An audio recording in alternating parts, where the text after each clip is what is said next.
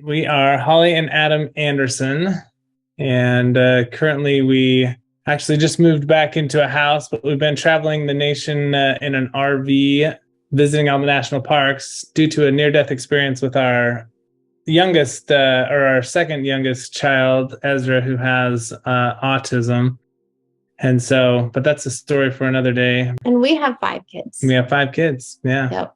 Yeah, I think kind of our big thing is like with this whole story, it's really kind of helped shape our perspective to, suck everything out you can out of life and just live life to the fullest, because you never know when your time comes. And although this experience is, again, shared with us and helped us realize that you need to live life to the fullest, it's also just a great message of timing is everything. And thankfully this time it wasn't her time to go, so she's still here. But I don't know if there's any specific background. Yeah. So it was our 3rd child we were going to have. It was Marie. And so we had actually scheduled to have Holly be induced at the hospital early in the morning. I can't remember. It was like 4 a.m. or something, super early. And so we actually went to the hospital, and it was really weird because when we got there, they had no record that we were supposed to be there.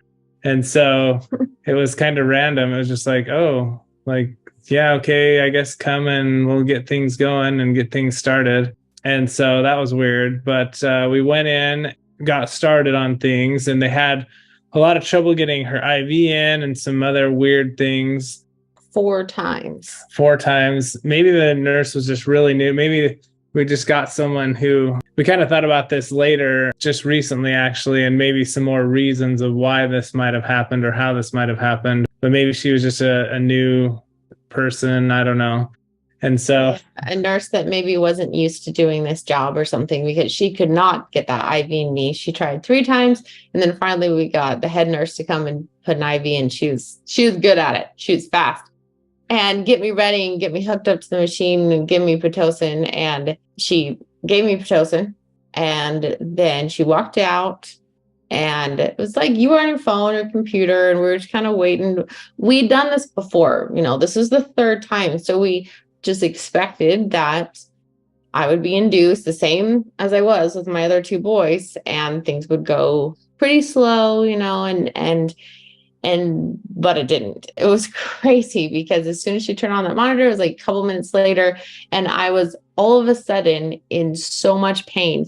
When you go into labor, it's little by little, and it can come up fast, but it's always in increments. And so I was expecting to, just have a little bit of a contraction. Okay, here's another contraction. And then the contractions come closer together. And that's what I was expecting. But whatever happened, for whatever reason, I went from 0 to 10, and I was in so much pain that I couldn't even say what I wanted to say. I was like, get the nurse. And then Adam came up and was trying to find the button to press to call the nurse. Like, where's the button? Where's the And I was like, no, get nurse, get. He's like, go get the nurse now. And just like super. I felt like someone had just like a torch to my back. Like I was in so much pain. It was crazy. And so I did. So I just left. I got the nurse. Ran out the door to go get a nurse. And when I got back, she was convulsing and foaming at the mouth. And I was like, what in the world is going on? And that was the last thing you remember, right? I remember telling you to go get the nurse. And then that's when I like blacked out. I don't remember anything after that. Okay. And she blacked out and went to the other side for a bit. The Holly, actually, when I initially, so I got the nurse, and then a lot of nurses started coming in, and she was convulsing and foaming at the mouth for a little bit. And then I remember watching her, and she just stopped, and her eyes rolled back. She was gone, and the monitors were going crazy. Doctors and nurses started flooding in, and they were all just like, it seemed like they were all just like huddled around her and trying to talk and argue and whatever, but like not actually doing anything for her. Like Like nothing was happening. Standing there going like, no one's doing anything. We're all arguing with each other. And I was just like, and then it just hit me. I was like, wow, I'm a single dad. And that's like selfish, I think, to think about like, oh, I'm thinking about myself. But I was just like, that stinks. Like, that stinks. I have 3 kids and no wife. Yeah. Well, hopefully 3 kids. Yeah. With 2 Marie. and 1 on the way. Yeah. But then we're Christian, and I had the thought come to my mind, you have the priesthood, give her a blessing. And so I put my hands on her head and I gave her a blessing. And I don't remember anything that I said, honestly, but that's when I came to. So I remember, and this was my experience, like being on the other side, it was just like, I remember coming back. I remember hearing my name. And once I heard my name, then I was like, whatever place I was in, which I don't have memory of, I came back to pain, and I was just in pain again. And I heard my name, I was in pain. And then I heard like, come back or return. I don't remember if it was come back or return, but it was something like that. And then my eyes just flew open and there was chaos. And I knew that I was the cause of the chaos. There were doctors yelling at nurses, they were running around, and my husband was right there, and I could make eye contact with him and hold his hand. But the bizarre thing for me was I couldn't talk.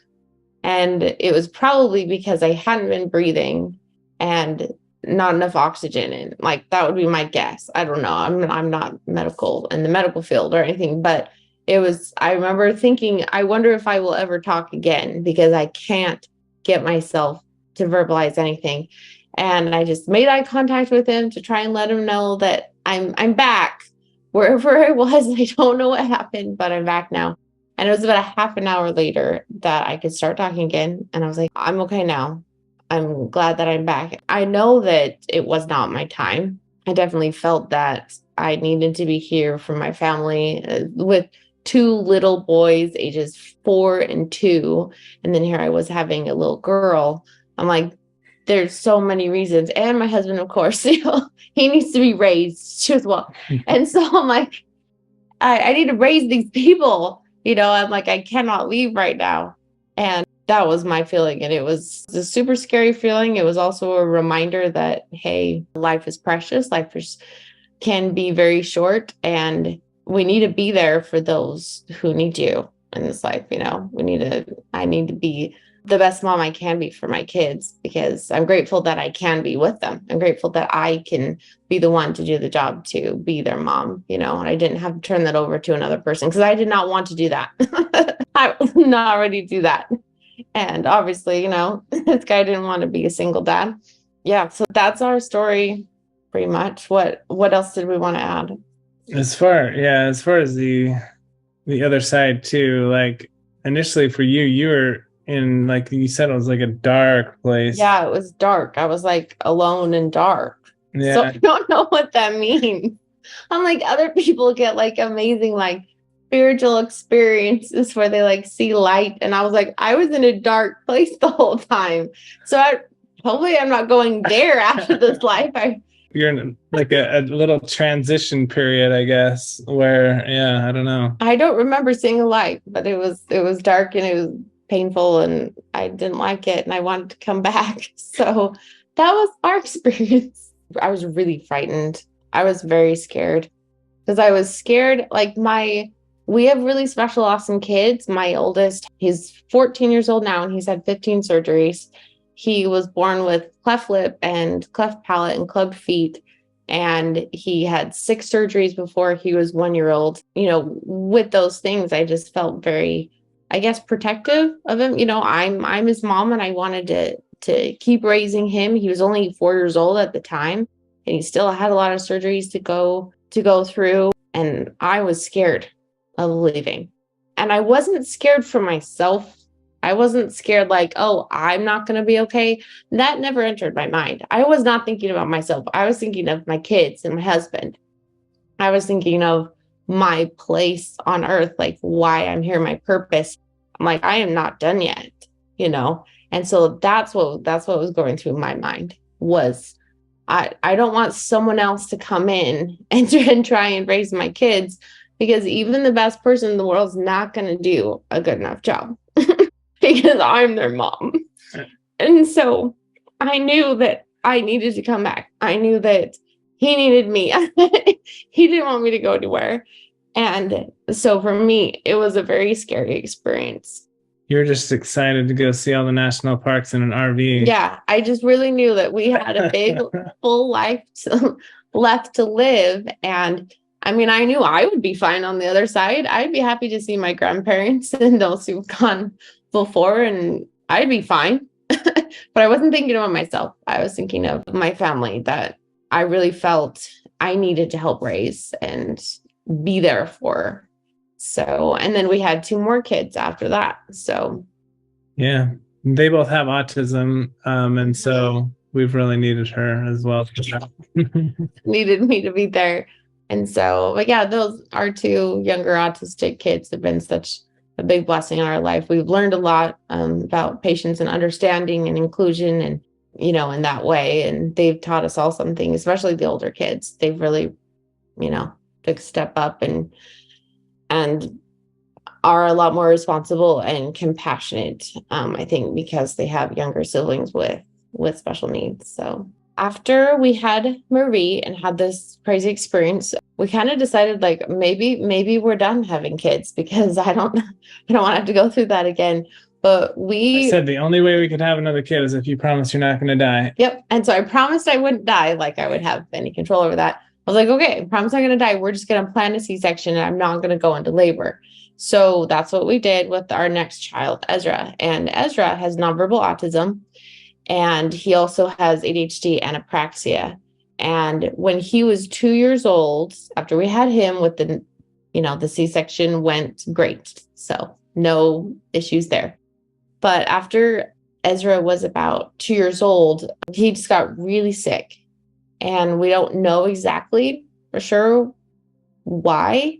We look back and they say maybe it was an infection. But he just doesn't have a very strong immune system. When Ezra got really sick, we took him to the ER, and then they ran a bunch of blood tests, and they saw that his white blood count was 400, which is extremely low. And they said his body is fighting something and is losing. And so what that tells us for a 2-year-old is you need to go to the cancer clinic at a primary children's hospital. And that was just like someone just hit me with a train with that one.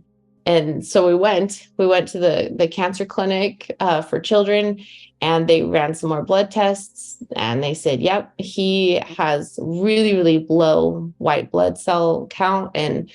And so we really only see this when a child has leukemia. So we want you to go home for 2 weeks and then come back and we'll run another test. And I'm like, what? Like, this is insane. I just remember sitting there and just feeling hopeless. Like this child was going to be taken away from me. And then we went home for 2 weeks and I was pretty much a zombie. I told all my family members that they needed to pray and fast, and we all fasted on one Sunday, like probably about 40 people or more of like our extended family and friends and stuff, because we're like, this is too hard. Like, this is too much. My 2-year-old, who already has autism and apraxia and ADHD and can't talk, now is gonna have leukemia. Like, what? Like, how many things can you put on one child? And so we that was a really hard 2 weeks.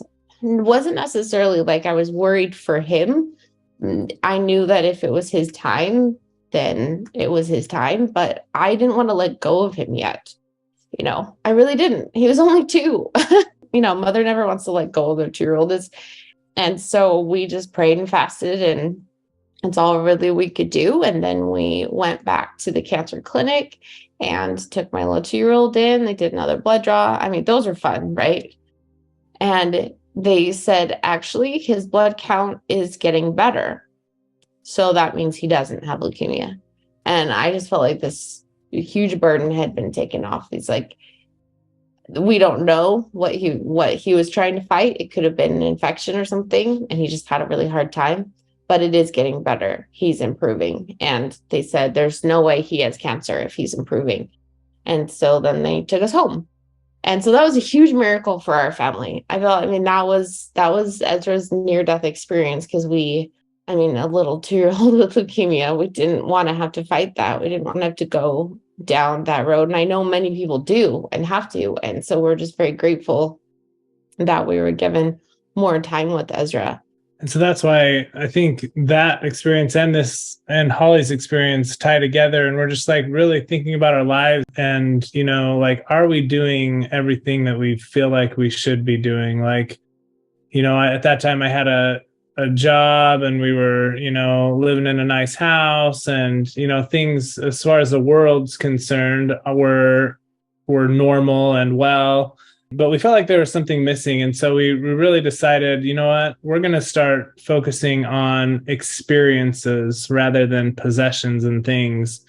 And so we actually, because of those two experiences, we sold our house, we moved into an RV with our kids, and we decided we're going to go and visit all the national parks. We're going to start a YouTube channel, and we haven't looked back. And it's been really awesome to just, again, look at life and think about what is it that you're supposed to do on this earth, and what is it that you want to do on this earth, and are you doing it right? Life's too short to not live life to the fullest. And so that's kind of been our motto, and those experiences have taught us that as a family. And we just live each day and we share that. And it's just a different perspective, I think, to realize that we've been given a gift of life. I mean, 2 times there in our family, it could have been taken away and should have been, but wasn't. And so just really gave us that opportunity to live each day to the fullest, because you just don't know when your time to go is. And really on your own terms, because I think the world and people around you, even as wonderful as their motives are, will tell you how you should live your life and say, this, you need to do it this way. And that's great for most people. But if you feel like you need to live your life differently, then do it. And so, we had lots of people that are like, what are you doing? You're selling your house. You're going to use that equity, that money, to buy an RV, to travel with 5 kids in an RV with 2 who have special needs. That sounds insane. That sounds stressful. It sounds hard. Like, why'd you do that to yourself? And we're like, no, this is what we really feel called to do. And we were able to go to every national park in the US in an RV in the contiguous states, the touching states, the lower 48. And it was an amazing experience. Was it hard? Yeah, it was super difficult. I think every day something broke down in that RV, and this guy had to fix it and figure out how to fix it. Usually I had to go to the internet to find out, or just on the phone fixing the RV every day. But the kids saw every national park, and we were able to experience that together. We were able to take our autistic kids who love hiking and who love the outdoors and really feel a connection with God through nature. And we were able to go to all these amazing places together and experience that as a family and have those memories that, we'll have them forever, because we videotaped everything. And so even if the kids forget, they'll watch it again and be like, wow, that's right, we really did that.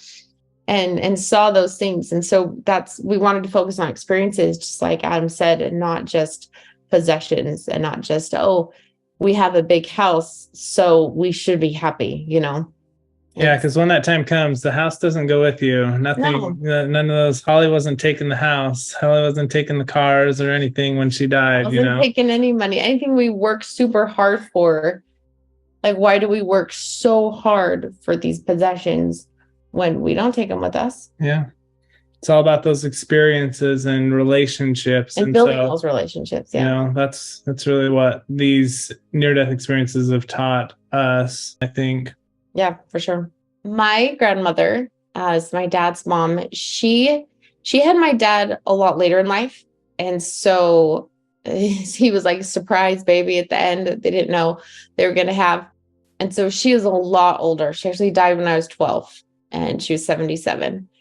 And so she lived in World War II era, as like when she was pretty young, when she was in her early 20s. And She got married to my grandpa right after World War II, and they had a little boy, and she had something happened to her where she was hospitalized. And I remember as a little girl listening to my grandmother tell this story to me. And so I'm telling it from my memory, but when I was like 10 years old, when my grandmother told me this story, and she said that she was in the hospital and it wasn't too serious. They didn't think it was serious what was happening, but she fell asleep, and she said that she had a dream. This is her words here. She had a dream that she was in a beautiful garden. And she said she'd never felt so much peace in her life. She never felt so much happiness in her life. She said she wasn't in pain anymore. She had been in pain in the hospital bed, but when she was in her dream, like, she didn't feel any pain. And it was just the most amazing garden that she had ever experienced. And she was walking to this footbridge over a small little creek. And she put one foot on the footbridge. She wanted to get to the other side because she knew it was just so beautiful. And as soon as she put the foot down on the footbridge, she heard a voice saying, "You can go, but then you can't come back." And the first thought in her head was of her baby boy, who was just little. He was just months old. And she's like, "No, I can't leave him." And then instantly she came to, and she was in pain again. And she really felt that she had been given a choice, that if she kept stepping, she would go to the other side.